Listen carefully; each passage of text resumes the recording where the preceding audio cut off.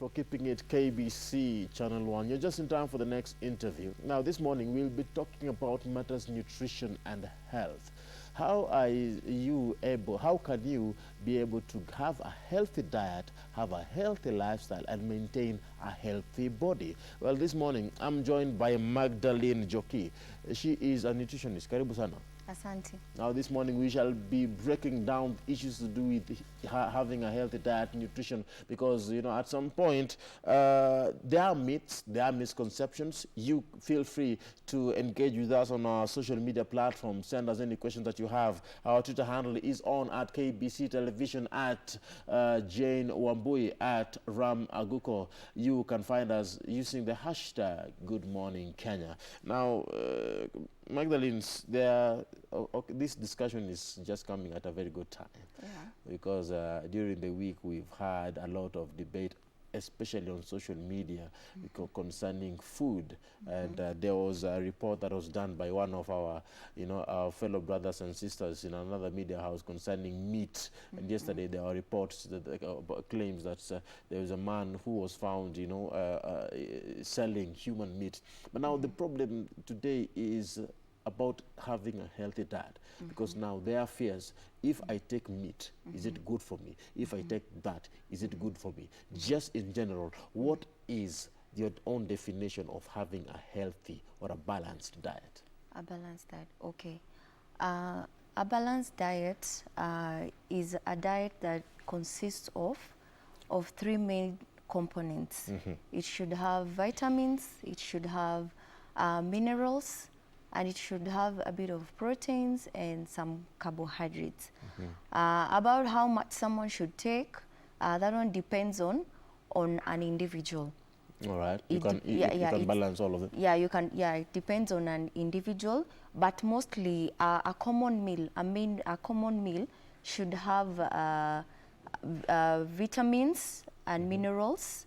That is from greens, and vitamins from fruits, and a bit of some protein. Right. So your plate, the portions of the plate should be, half of it should be veggies, and then you have a portion of some vitamins, and quarter of a plate should be protein. But of course we are going to narrow it down to individuals or specifics as we continue. All right, all right. But you know, the problem now comes in when someone wants to know how can I be sure that my plate is well balanced? Because you know, this is Kenya, where we have some food, some staple food. In some region it is ugali, in some region it is whichever githeri. Different regions have different staple food. How can someone be rest assured that what I'm eating is actually healthy for me and for my body? It's just something that you need to check, to look out for. Yes, you find that nowadays people are going for more of processed foods, because they're the ones that are most available, which is the wrong way to do things. Because you find mostly your diet should consist of fiber from whole grains, so that when someone takes, they're able to be broken down in the body. Because if someone takes more of their processed foods, they don't have vitamins, they don't have amino acids, so that for it to be helpful in the body. But at the same time, there is no assurance, there is no like a timetable. There is no way you can scan your food or do something to know that what I'm eating is balanced, whether it's processed or not. Okay, mostly someone can check if someone has got weight issues, maybe they can be able to know their BMI, for example. That is your height versus your weight, so that you can know actually how much you should be taking, maybe in a day. So it all depends on your height and weight. Yeah, it depends with your height and your weight. Right. And again, when we're talking of processed foods, they don't have the minerals and amino acid that your body needs to be healthy. So again, people should concentrate more of whole grains, Whole grains, make sure your plate includes more of whole grains and vegetables. So we can say processed food are bad for your health. Processed food mostly they have exaggerated. The fact that they are processed, it means that there are some nutrients that are already extracted. Like nowadays we have sifted maize. Yeah, we've got sifted maize. So if one wants to do it in a more healthy way, you can maybe go for whole grains. Those are the ones that are not sifted. Canned meat? Canned meat, again, it's processed food. It has hidden fats, it has hidden salts, hidden sugars. So you find that if someone takes these things in excess, like for example the salt and the sugars, anything in excess, it's not good for the body. Yeah. Now, speaking now in this line of processed food, is it advisable for you to go for this fast food frequently? Because now we are in a world where, or a society where people are busy, too busy to cook, too busy to go to the kitchen. Yeah. Especially now the debate comes in, women empowerment issues have come in. Some avoid the kitchen nowadays, and they say they are too busy. What is the solution for this? Mostly anything that is a quick fix in the long run, it has its effects in your its effect in your body. We have other solutions that are quick fix. For example, we've got foods that you can boil, like sweet potatoes. You can boil them, and they're easy to fix as well. We have other foods that are easy to fix. If it's for the vegetables, maybe they don't take a lot of time to cook, because you find that if you're doing fast foods, they've got a lot of fat. So when you're ingesting them in your body, so you find people have got weight issues, diabetes. So we've got all these lifestyle diseases coming in because people want quick fixes. What about this meat that we normally get on the roads? Meat. The food, there are food that are sold on the road. Along the way, you just buy this, buy that, quickly as you eat. So you'll find that, okay, you'll get those foods, but you see they are not balanced, because most of these hotels or hotels or these people that are selling this food, some of them, you find that they're there for business. They don't really mind about your they don't really mind about your health. So the best thing to do is that someone can avoid, or maybe if you can be able to carry your packed food sometimes, you can do that. Taking pills that have these vitamin pills, can they be used as substitutes of vitamins? It's not advisable, because you find that when you're having your food, like I've mentioned, from the 3 components that we should have, when it gets into your body, it aids all the organs in your body to work well, so that one does not fall sick. Like you find maybe for the young children, maybe they want snacks, and you find maybe their parents are giving them to children. So you find even children are getting obese, some are getting malnourished, just because of poor choice of food. Yeah. But now there is this belief that if you eat a lot of fats, you get fat, you gain weight. So if you want to lose weight, you should take less fat or eat less. Is this true? There's some truth to it, because if you're taking a lot of food that contains fat, it's when it gets into your body, it's going to be clogging all your veins and arteries, So at the end of it all, it's going to add to weight. And some people are inactive. They don't do any kind of exercise. Maybe their nature of work, entails them they're not active. So you find that they've got even the way the metabolism, how food is supposed to be digested and taken into the body to help them, is quite slow. So someone ends up adding weight. And then there's also this misconception that people think that when I'm skipping meals, I'm going to cut weight, which is not true. It's not true. Which is, yeah. If I eat less, will I lose weight? Okay, specifically I'm referring to people who skip meals. Or skipping meals. Yeah, people who not eating less. Yes. They are two different things. Yeah, the people who skip meals. For example, they cut off lunch or they cut off breakfast. So what your body is going to do, your body is going to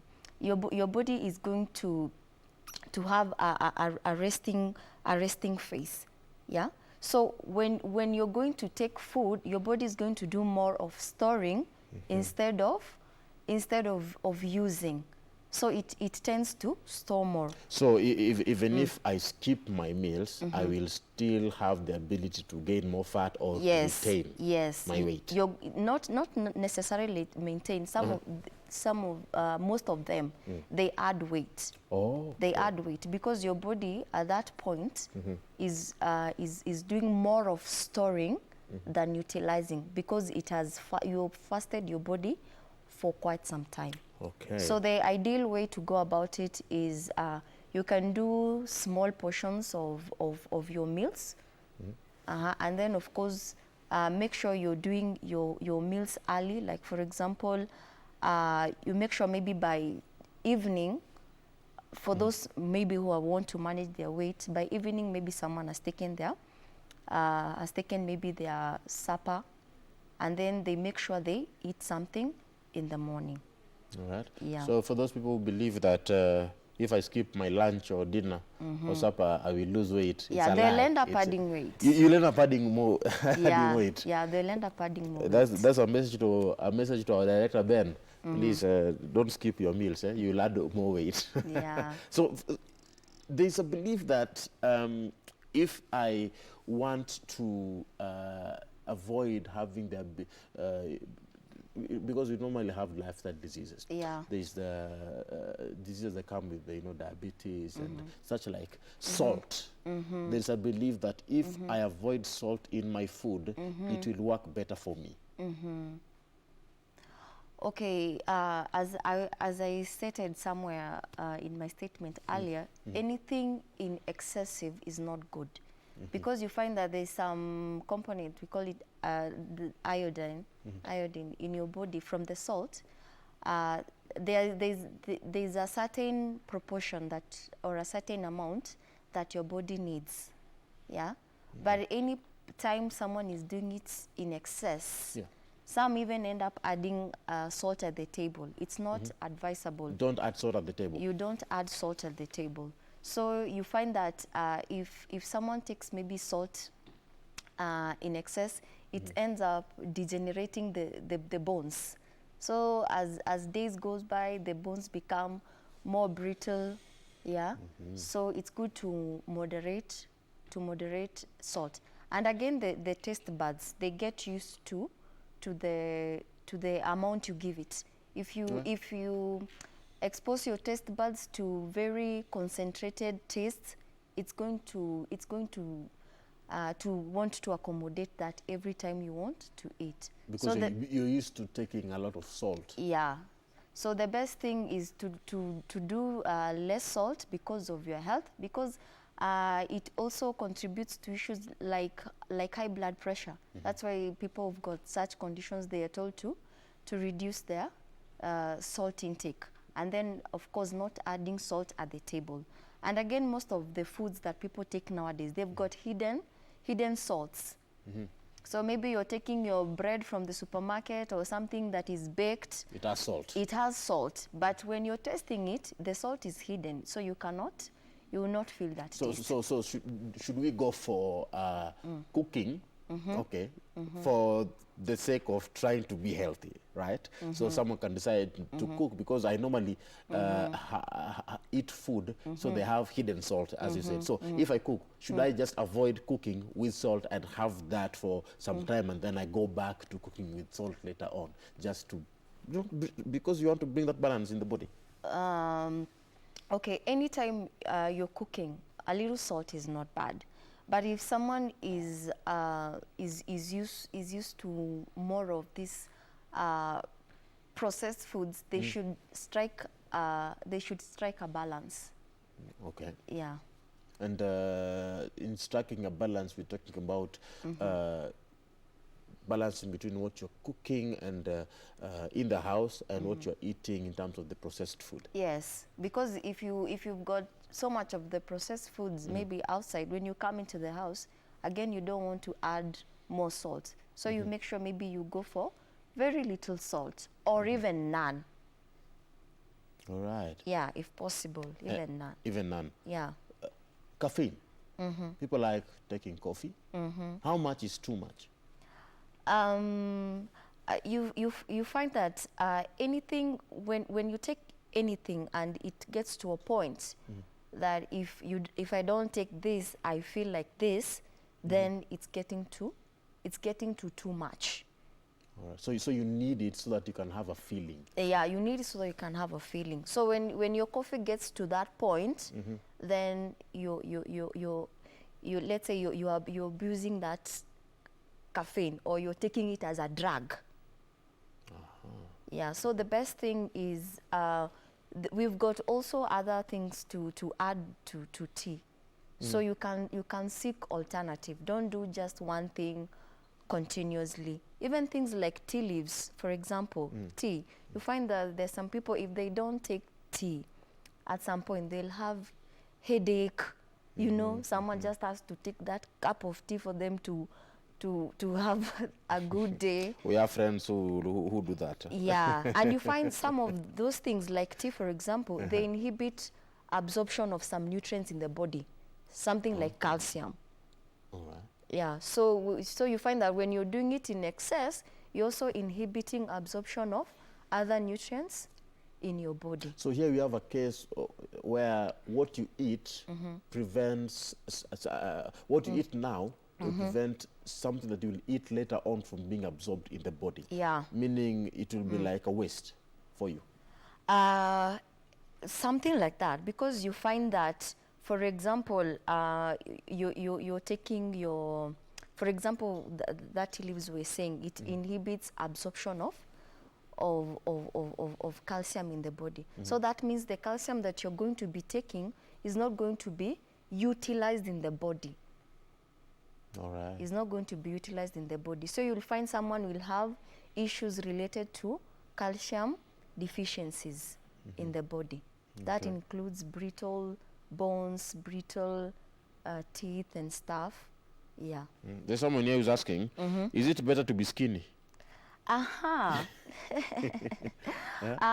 Okay.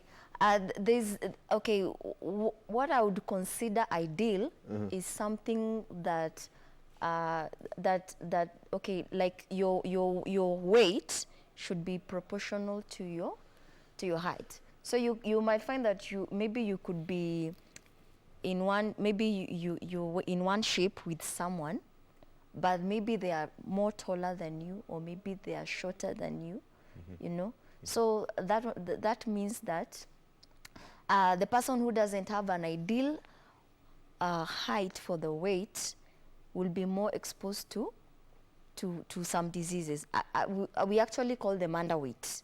Underweight. Yes. All right. So what is the scale? How can I know that I am overweight or underweight? How can I know that I am obese? Okay. Mostly you take your height, your height in centimeters. You take your height in centimeter. You compare it with your weight? Yes. But then so again... it should get into a margin of between 18 to 24. That is what we consider normal.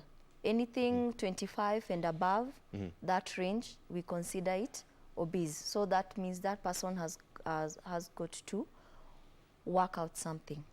so Okay. that, yeah, so that they can manage that. All right. So we avoid adding salt on the table, Yeah, and even sugar. and even sugar. Sugar, but, because you find sugars, people don't know that sugar, when you take it in excessive, it alters functioning of some of your body organs, like the pancreas.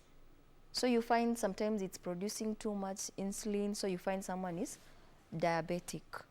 Wow. And sometimes it slows down the functioning of some of the body organs in the body.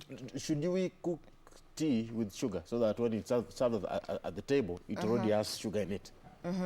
But again, you see, sugar, maybe there's some people maybe that maybe their taste buds, maybe what they consider enough is 3 teaspoons. Yeah, so it should taste from afar. It should taste from afar. Some people even nowadays are going for honey. Yeah. Go for honey. Yeah, one can do honey because it's not processed. You know, some believe that going for honey, so we leave alone sugar, especially now that this is Kenya. You know, we had a debate about the sugar having some mercury. Yeah, So yeah. people opted for honey. Is honey the best or the better option that we can substitute for sugar? It's a good substitute because you find that it's not processed. But nowadays, how do you know good honey? Okay. Yeah. Good So honey, bad yeah, honey, molasses are there. yeah, that one is it's in another level. But again, people who are diabetic, they should liaise with their doctor. They should liaise with their doctor concerning issues of sugar, because anything they take triggers their sugar. So for people who are diabetic, they should liaise with their doctor or their nutritionist concerning how much is too much when it comes Because to sugar is found in technically almost everything. Yeah. Even fruits. Yeah, but more dangerously, processed sugar. And then we've got other drinks, drinks that have got hidden sugars. So you find maybe a bottle of a soda or juice contains like maybe 20 teaspoons of sugar, but you find someone having it in just 1 bottle.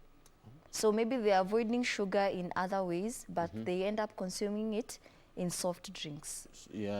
So soft drinks, they contain a lot of sugar. They contain lots of sugars. So those who like taking sodas, they are taking a lot of sugar. Yeah, because some sodas, 1 bottle is equivalent to around 30 teaspoons. So you can decide to avoid sugar in the tea. Because I and love then soda. and then you bump into sugar in other areas. Yeah. All right. Is it true that taking fruits and veggies is a way to detox the body? Yes, it is a way to detox. Because you find that fruits and vegetables, they've got a lot of fiber. Yeah, they've got fiber, they've got chlorophyll. So you find that when someone takes them into their body, it avoids what do we say? It avoids colon buildup in the stomach. Yeah, because most of the toxins, people say it actually comes from the stomach. Okay. And then it diffuses throughout from the walls of the stomach throughout the body. So you find that if someone takes a lot of fruits and they take a lot of vegetables, they will not have a colon buildup, of which when there is, when I say colon buildup, I mean this person probably is not emptying their bowels the way they are supposed to empty their bowels. Are you talking about constipation? If it gets to worse, it will lead to constipation. This is whereby you find maybe someone takes something like meat. Meat takes around 2-3 days to be digested into the body. 3 days? Yeah, around 3 days to be digested into the body. Yeah. So you find if someone maybe is doing meat every day, before it's out, another one is 2 months down the line. Yes. You're still having the same meat you ate. Yes. So you find that when there is this colon buildup, even some bacteria, they tend to tend to feed on that. So even people who are trying to manage weight, one of the easiest way to manage weight is to make sure you empty your boils frequently. How frequent? In it depends. It depends. Hapa tuko na shida hapa sasa. Yeah, it depends, but mostly in a day, at least twice. At least twice. At least twice in a day. It can go as more as you want. Yeah, you can go as more as you want. What if you don't? It means that person has got low metabolism, and they should seek nutrition intervention in that. Yes. Yeah, because if it continues, it will end up piling colon buildup. Maybe your food is not digested well. Instead of your food being utilized, it's being stored. So you find there are just issues. So once you feel like we call it excretion, right? You want to excrete, it should come immediately. You should go to the washrooms as soon as you feel like it, or should, because most people, because of their schedule, they end up saying, I think it's a common case that in the evening you run back to the house because now you've held it back for almost the whole day. That is risky. It's risky, but again, how frequent you empty your boils depends on what you eat. What you eat is what determines how frequent you're going to empty your boils. So if you've got more of processed food, poor choice of foods, so you will end up having that build up, because actually what pushes your boil is fiber. So if there's no fiber in your diet, there's nothing to push the boils out. So we need more fiber in everything that we eat. Yeah, you need more fiber, and of course taking lots of water. Yeah, mostly recommendable 2 liters of water per day. All right. If you have questions for her, these are nutritionists for the day. Send them in. The hashtag is Good Morning Kenya on Twitter at KBC. I'm learning a lot. Okay. All right, and I thank you for coming. There is the debate concerning people who have ulcers. That there's confusion. Some say eat this, some say don't eat that. What are the foods that people who have ulcers should avoid? Because now the debate comes in where you're told that it may work for you, but it may not work for another person. There's confusion here. Clarify. Mostly what people term as ulcers is some bacteria in the system called H. pylori. So everybody has it, but sometimes those who've got ulcers, it tends to be more active. So we all have H. pylori. Yeah, everyone has, but for those that maybe the pylori goes to higher levels, so that one is to some extent it's termed as ulcers. Okay. So mostly at that state, foods to avoid mostly are citric foods. Yeah, citric foods, it's good to avoid during that time because they will trigger production of that acid that is going to be digesting on the stomach linings. Yeah, and then we encourage them to eat frequently. Do we have some fruits that are bad for people who have ulcers? Yeah, citrus, oranges, things that are bitter, lemons, such. So not all fruits are good for you? Yeah, citrus, any fruit that has got vitamin C in high amounts. So mostly we term them as citrus. Okay. Yeah, we term them as citrus foods. All right. And speaking of citrus, and you talk about acidity, how good or how bad is fermented food for the body? Fermented food. Are you referring to dairy products? Yeah, dairy products there. Where we have yogurt. Dairy products, especially the fermented ones, they are very good. They're good? They're good. Even for ulcers? Okay. Or Okay. They are good in terms of they've got a good bacteria. So especially for women, Why women? You find that women in their maybe how can I say it? Maybe in their private areas, they've got a good. We've got good and bad bacteria. So the good ones, we call them normal floras. Okay. We call them normal floras. You're talking about in the reproductive system. Yeah, in the reproductive system. Okay. So when a woman takes maybe this yogurt, or the one that we term as mala, it helps to preserve those good bacteria in their reproductive areas. I'm a man. I was not aware of that, but maybe the women, the ladies know. Yeah, because you find that when that normal flora, that good bacteria, is suppressed in the body, it exposes a woman to other issues, diseases. So yogurt is good for the women. Yeah, it is good. Yeah, because of that bacteria, that it's called lactobacillus bacteria. So it helps the women a lot. But I know you were referring to issues of ulcers. Ulcers, I'm referring to citrus fruits. I was referring to fruits. When it comes to dairy products, the fermented one, they have a different role. Okay. They have a different now role. in general, what about the effects of fermented food on the men? Okay.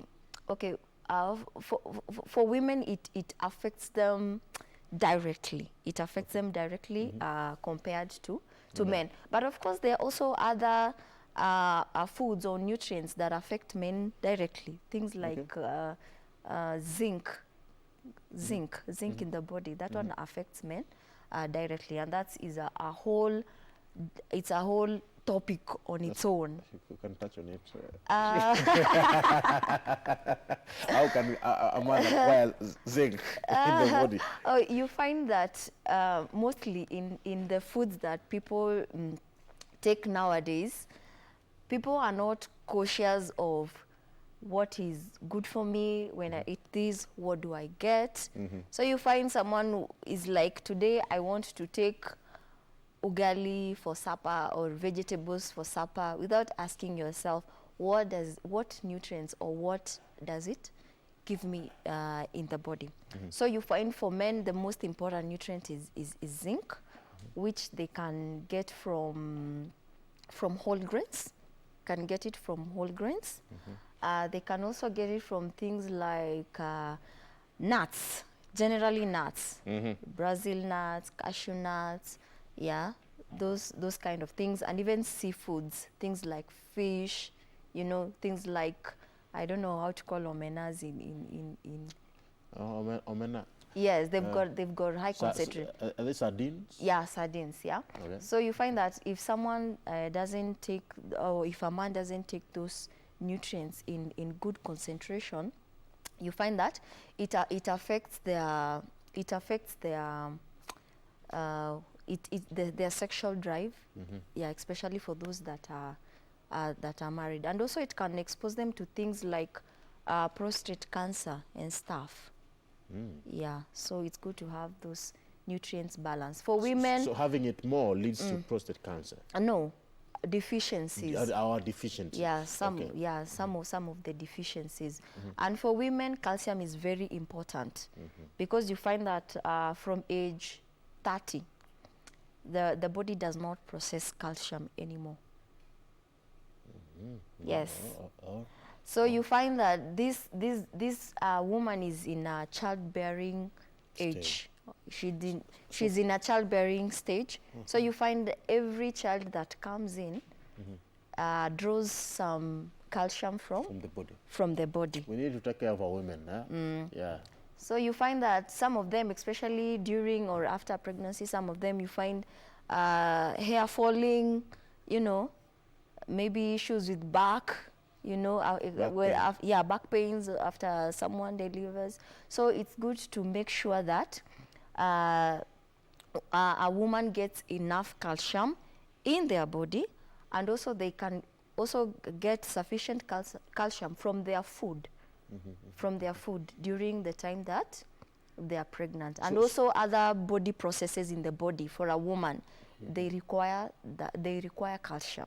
All right. So Yeah. it's a normal thing for women to experience back pain during pregnancy, hair falling out. It's normal for them. Mostly for those that hair falls down, it's an indication that there is deficiency of calcium in the body. Yeah, it's an indication that there is deficiency. They need to eat more food that contains calcium. Yeah, they need to get more food that contains calcium. Now let's now speak still on the issue to do with the pregnancy there. After giving birth, what food should a woman try and try to look out for, especially after childbirth? Mostly calcium is number one, because the baby has taken some of it from the body. Yes. And also this woman needs a lot of vitamins. She needs a lot of vitamins. So she needs a lot of vitamins, a lot of minerals, a lot of antioxidants.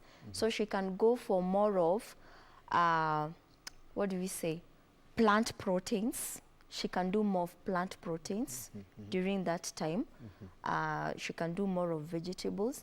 And she should make sure that she eats frequently, up to 5 meals a day. Can you mention some of this food that maybe a woman should be able to eat? Maybe uchanganye nini na nini. Mostly, I was talking of plant proteins, things like black beans. Black beans. Yeah, things like black beans, and then there's good porridge with amaranth, with millet, with sorghum. You know, she's trying to replenish everything that has been going out. You know, folic acid, that one from vegetables, because even in the process they also lose a lot of folic acid, and they also lose a lot of blood during that time. So anything with folic acid, anything that is going to increase their blood levels in the body is very important. Okay, we say hemoglobin levels. What food contains the ability to increase the blood levels in the body? Because even even most people, even if you're not pregnant, you go to the hospital and then the doctor tells you you have low blood supply.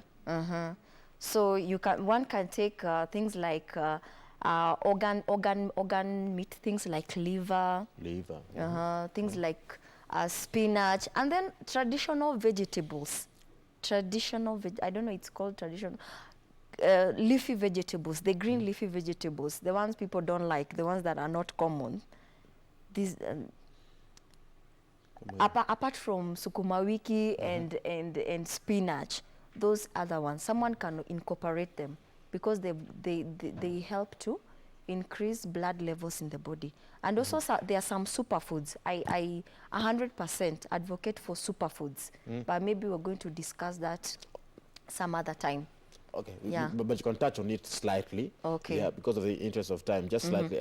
What are superfoods and what do they consist of? Okay, superfoods, they are foods that have got higher nutritional value than your normal food. Okay. And there are specifics. Maybe I can mention a few. Something like moringa, for example. Moringa is just a plant. Yeah. And maybe for those that have taken it, maybe they can attest to that, for people who've taken it for one reason or another. So it's just it contains seeds, and then it contains the leaves. So for the leaves, you can just cook it like your normal vegetables and eat it with maybe with your ugali or something. So when you're taking it, maybe for example, if it's the calcium maybe you find in milk, this one gives you like 17 times more. If it's maybe the fiber maybe you get from oats, it gives you maybe 4 times more.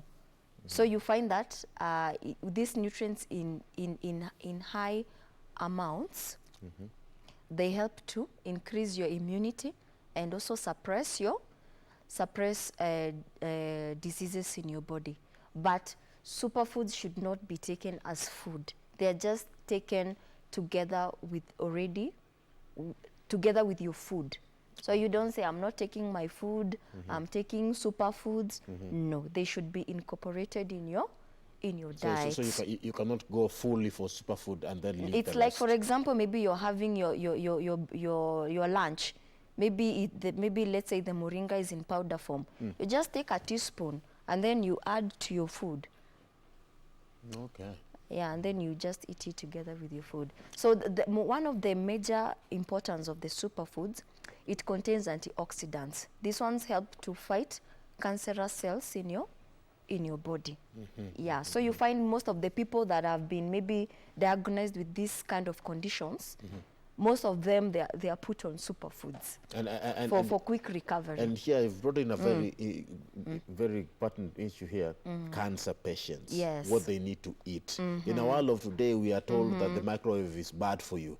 I don't know if fridge is bad, but maybe you will tell us more if the refrigerated food are bad for you. But now, cancer patients, how can they maintain a healthy lifestyle in terms of what they take?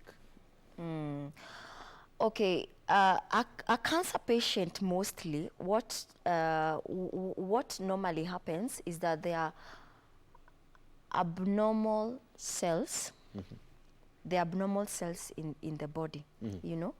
So you want to help the cells in the body to start normal functioning. Okay. Yeah. So you find that when this person, especially, okay, mostly when they are diagnosed with cancer, mostly they are put in chemo and radiotherapy and stuff. So during that time, they should make sure that they eat something that is very high in chlorophyll, Okay. and something that is very high in antioxidants. Yeah, because that is what is going to help them fight those cancerous cells in the body, and again, it will help reduce the effects of chemo, because that is mostly what makes them wary during that process. Because you find that the chemo is very what can I say? It's very strong on them. It takes a toll on their body. Yeah. And then maybe what they are feeding is not helping them to counter the effects of chemo. Oh, you had mentioned earlier on about chlorophyll. What foods contain chlorophyll? Mostly you can find chlorophyll in green leafy green in vegetables mostly. Yeah, some of them they even do juices. Something like wheatgrass. Wheatgrass is actually a superfood. Oh. Yeah. So they can do wheatgrass. There's this one common in the market. They call it the fai. Yeah. And then there's this and also there are some also, yeah, so mostly leafy green things, they contain chlorophyll, and also this superfood, something like moringa, is 100% natural. Someone can even cook it the way they cook their vegetables. You mentioned moringa, and it has come up in like almost every scenario. It's like it's the best for technically everything. Mostly, what makes it special is the fact that it contains antioxidants that fights abnormal cells in the body. So you find the abnormal cells, they could be cancerous or not cancerous. Yeah. All right. Let's look into issues to do with high blood pressure. Is there food that can be that someone should take to maintain their blood pressure? And for someone who has that condition, what should they go for? Mostly someone with the high blood pressure, there are risk factors that they should check first. Their weight, because their weight affects them directly. So they should make sure their weight is ideal, and then they should make sure their cholesterol levels are good. Yeah. So if someone has got issues with cholesterol and they've got high blood pressure, so whatever food they're taking should not contain a lot of fat, so that they don't so that it does not affect the cholesterol levels in the body, because you find it clogs the arteries and the vein.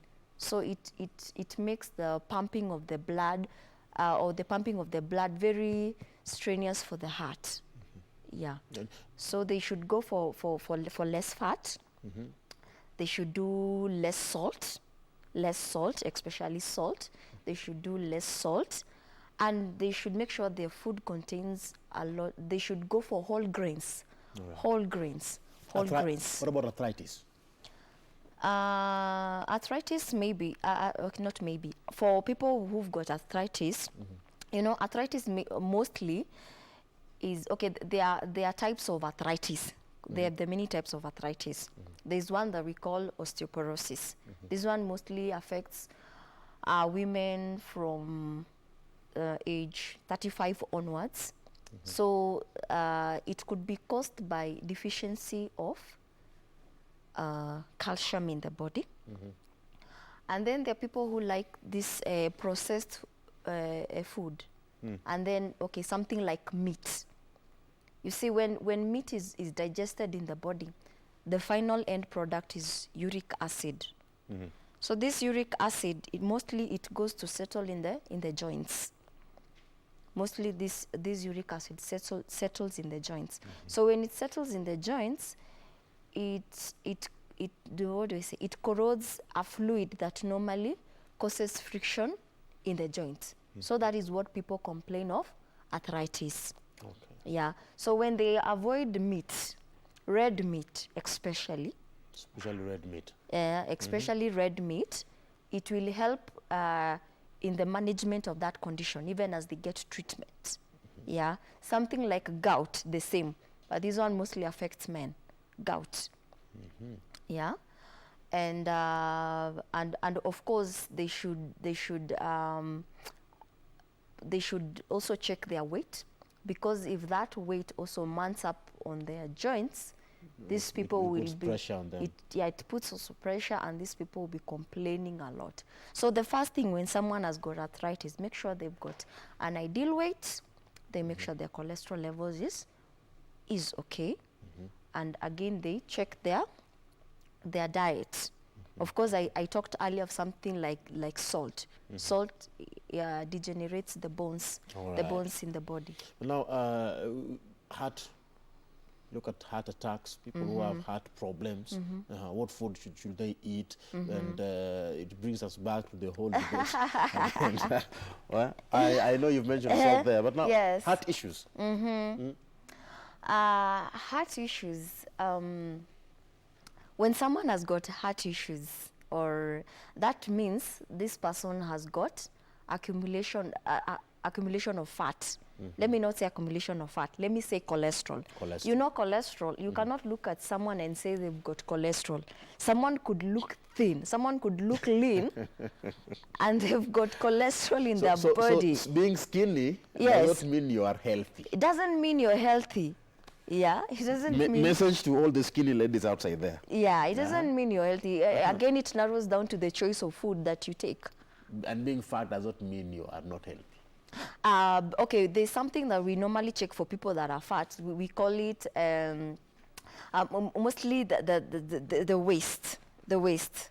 Because as a nutritionist, when we are doing rampant assessments, maybe even for someone who is overweight, when you look at the waistline and maybe it's beyond, maybe let's say 88 centimeters, it means before you even check the cholesterol and all those things, it means already this person is already at risk. All right. So okay, now back to the heart issue again. Okay. So what do you look out for now? Because it means you're saying it means there's an accumulation of cholesterol. Yeah, in the veins and in the arteries. In the veins. Yeah, in the veins.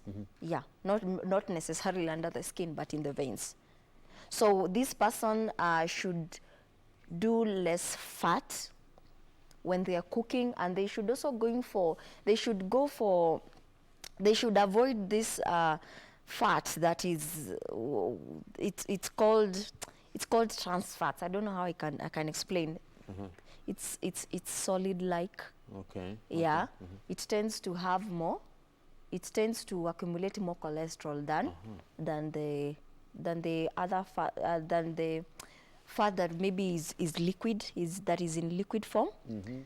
They should reduce on things that are fried. Don't go too much frying everything. And of course, junk has got a lot of fats, especially the fries. People are doing quick fixes, fries. So that one is going to add a lot of, it's going to add to accumulation of fat in the body. You go on a date, fries. You know what? Fast food. So nowadays we should advocate for people to go to dates kwa Kimbadaski.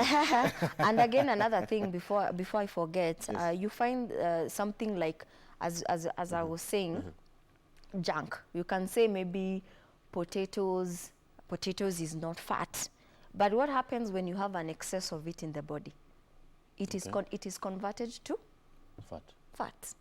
Now, there are people who I have seen, and there's a certain meme on Facebook that I saw, that in every office that you go, you'll always find one lady who has a bottle of water that has a lemon in it. Talk about that. Is it there are people who want to lose weight, they want to check on their cholesterol level, so they will always, bring in that bottle of water that has lemon in it. Is that recommended? It is not, especially when you're having this lemon water every day. Do you know your body has got there's a specific pH that your body should range.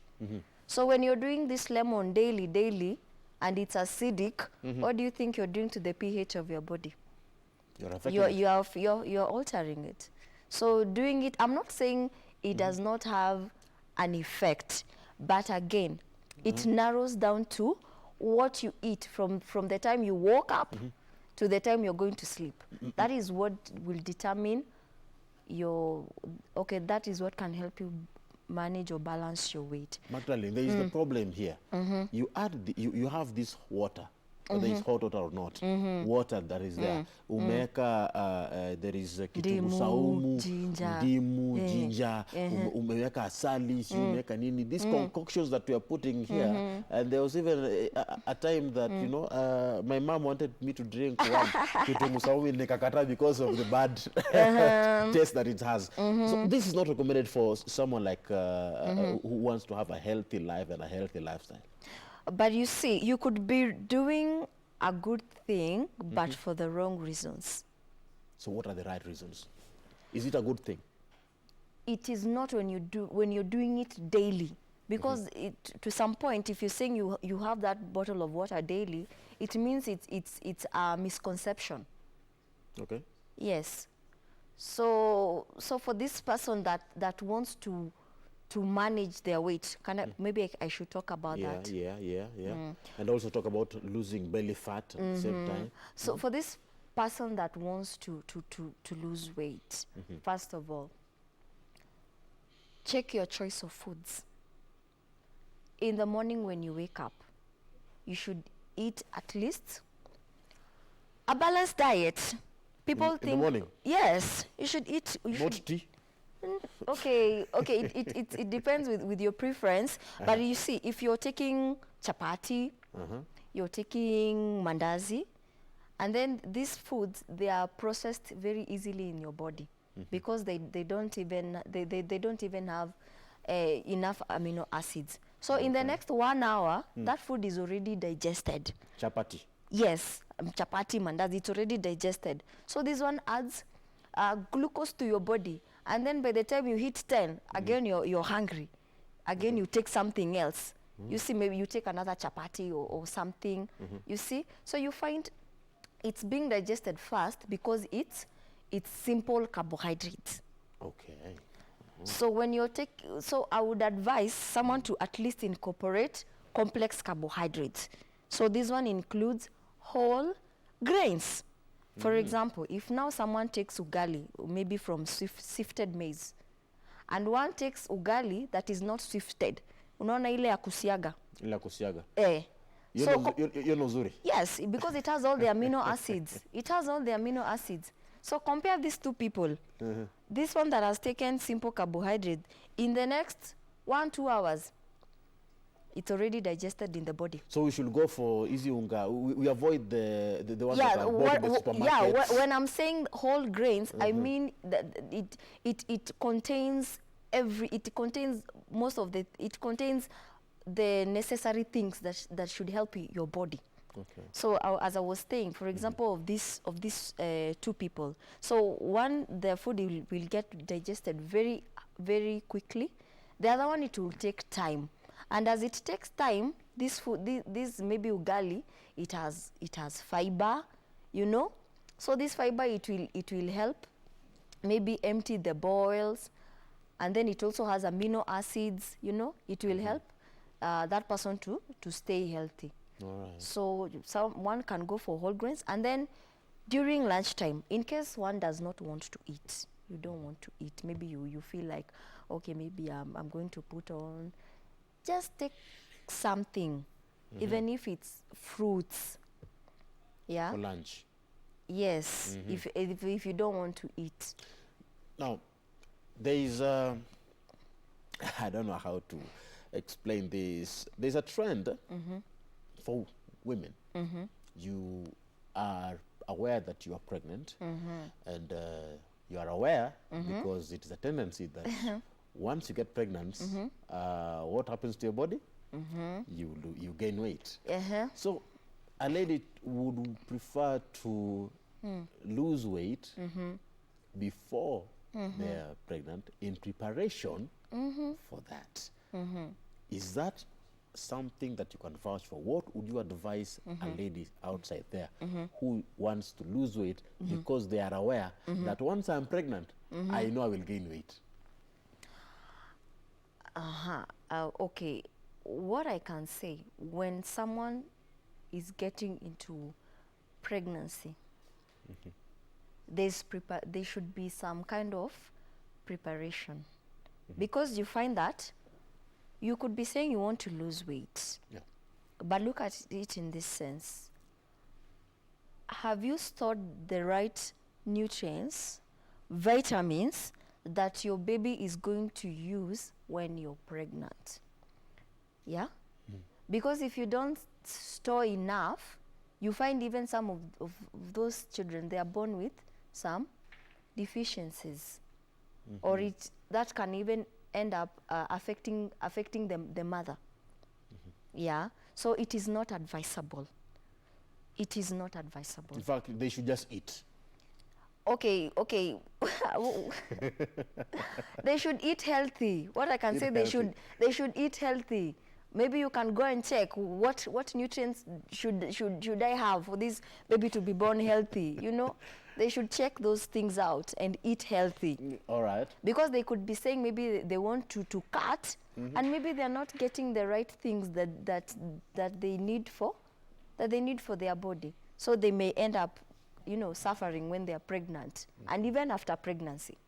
Yeah. So it is important to eat well before pregnancy and during pregnancy. Before and during pregnancy. Right. So make sure you're eating healthy. You're not junking. Yeah. Allergies. We are talking about eat this, eat that. This is good for you. This is bad for you.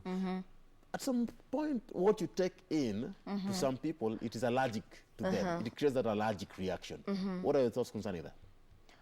Allergies, mostly they are, let me say, it can be narrowed down to specific individual. It doesn't happen to, it's not common. Allergies, they're not very common. But one of the things that triggers allergy is low immunity in the body. Okay. So if someone has got frequent allergies, they should make sure they're taking food that can help increase their immunity. So that will help to reduce the allergies in the body. Which food increases the immunity of the body? Because it's wholesome. It's wholesome. You should just make sure your meals are balanced. Balanced. Yes.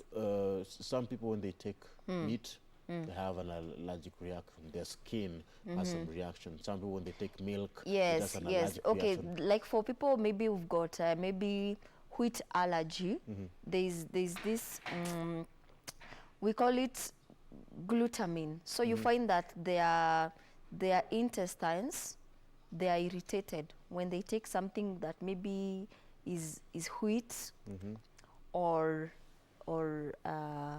some even dairy products. Yeah, because of that, because of that, yeah, the glutamine, because of that irritation in the stomach. What they can do is maybe cut down on those foods that are causing allergy, and then when they get their immunity stabilized, maybe they can slowly go back to what they were eating before, because it all narrows down to low immunity. All right. Yeah. Now, let's talk about the kidney. Kidney stones are there, the kidney diseases are there. At some point, the doctor tells you, oh, your body has a problem, you need to go for dialysis, things like that. A lot of problems concerning the kidney. Do we have foods that we can, you can advise someone to take, especially when it comes to catering for having a healthy kidney? A healthy kidney. First and foremost, the most important thing that you need for your kidney is water. Water? Yes. Maji mingi? Just water. Because... You said how many glasses? Is it 2 liters a day? That's 8 glasses. 8 glasses? Yeah, that's 8 glasses a day. So when someone takes a lot of water in the body, it helps to dilute or to neutralize some of those waste products that are in the body, because you find maybe someone is under a lot of medication, you know, and they're not taking water. Someone is taking a lot of salt, a lot of sugar, and they're not taking enough water. So one of the simplest way to take care of your kidneys is take a lot of water. That is why sometimes even when doctors, they give you medication, they tell you when you're taking these drugs, make sure you do what? Take a lot of water. What about you're taking drugs, but some people have a problem when it comes to taking drugs. Wanataka kunywa dawa na chai ama na uji. Is that advisable? It is not advisable, because you might find maybe the chemistry of the medicine, maybe it counteracts with one of the components. Okay, one of the components of what you're taking it with. So the best thing to do is just do it with water, because water is just plain. Water is the best. Well, yeah, it's the best. Thank you very much. That is quite interesting there. What as we bring this discussion to a close, looking at the status of the country as we are, just in a minute, because there is this debate, as I started earlier, concerning this meat is laced with this chemical, this has this, seemingly there's a problem everywhere. What would you advise Kenyans when it comes to eating healthy, having a healthy diet, and eating well, putting all these into consideration, just within a minute? Okay, what I would say, first and foremost, make sure that your food is balanced. And when you make sure your food is balanced, you will not go for processed, you should not go for processed foods. And again, do everything in moderation. Do everything in moderation, because anything in excessive will result to malfunctioning of some of your body organs, which will lead to some of the diseases. And of course, be on the lookout, because of this, everything should be done in proportions, even the meat and everything. So moderation is the key. Moderation is key. Thank you very much. That is Magdalene Njoki, nutritionist, joining us this morning. That's a good place to end the show. It has been awesome having you this morning and every day from 6 to 10 a.m. Keep it. Good morning, Kenya. See you again tomorrow. Eat healthy, stay healthy. May God bless you, and may God bless the work of your hands. My name is Ram Aguko.